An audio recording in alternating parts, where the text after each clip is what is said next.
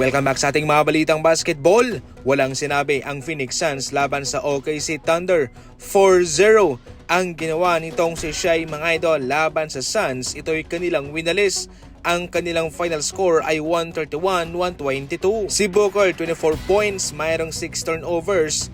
Samantalang si Brooks 23 points. Sa kabila sa Thunder, SGA 31, Holmgren 24. Mitchell 22 at Hartenstein 18 points. Dahil 4-0 ang kinilabasan ng series na ito, ay matagal ang pahinga ng OKC Thunder. Nakadepende kasi kung maaga ring matatapos ng Lakers at ng Rockets ang kanilang series. As of now ay nasa 3 hanggang 4 na araw ang kanilang magiging pahinga.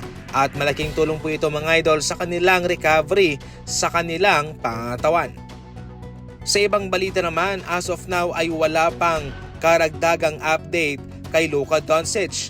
Ayon sa impormasyon galing mismo sa Los Angeles Lakers ay wala pang improvement sa kanyang recovery. Sa ngayon ay bawal pa rin po siyang magkaroon ng on-court activities o scrimmages. Shooting, pwede. Sa pagtulong sa kanyang mga kasama, sa pagpasa ng bola, pwede. Pero kung yung gumagalaw, tumatakbo, ay malaking bawal pa po kay Luka mga idol. Somehow kung makakaabante ang Lakers sa second round ay posible pang makabalik si Luka.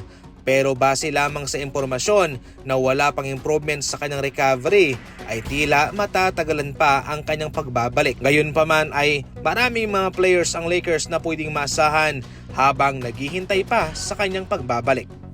Sa ating huling balita, tuol ang kartada sa ngayon ng Atlanta Hawks at ng New York Knicks. Pero mayroong isang player na hindi ginagamit although na siya isang veterano at maasahan sa mga clutch moment. Walang iba kundi itong si Buddy Hield mga idol. Yes, sa loob po ng unang 4 na mga laban sa pagsisimula ng playoff ay walang aksyon itong si Buddy Hield. Tinanggal siya sa rotation. Ayon kay Draymond Green, sa tingin niya mahalaga din naman na mabigyan sana ng playing time itong si Buddy sapagkat pwede niyang mabago ang takbo ng kanilang series. Mababa ang kanyang shooting mga idol, lumabnaw ang kanyang shooting percentage kaya siya ay tinanggal sa rotation. Pero kung sakaling mabibigyan lang siya ng chance ay mayroon din pong maitutulong itong si Buddy Hield, especially na nung sa Golden State Warriors ay kabilang siya sa mga naging dahilan kung bakit kanilang natalo ang Houston Rockets. Mayroon siyang 3 million na sasahurin sa Atlanta Hawks sa next season at guaranteed po yan. Pero wala rin pong kasiguraduhan kung siya'y mananatili o kung siya'y i-waive na lamang.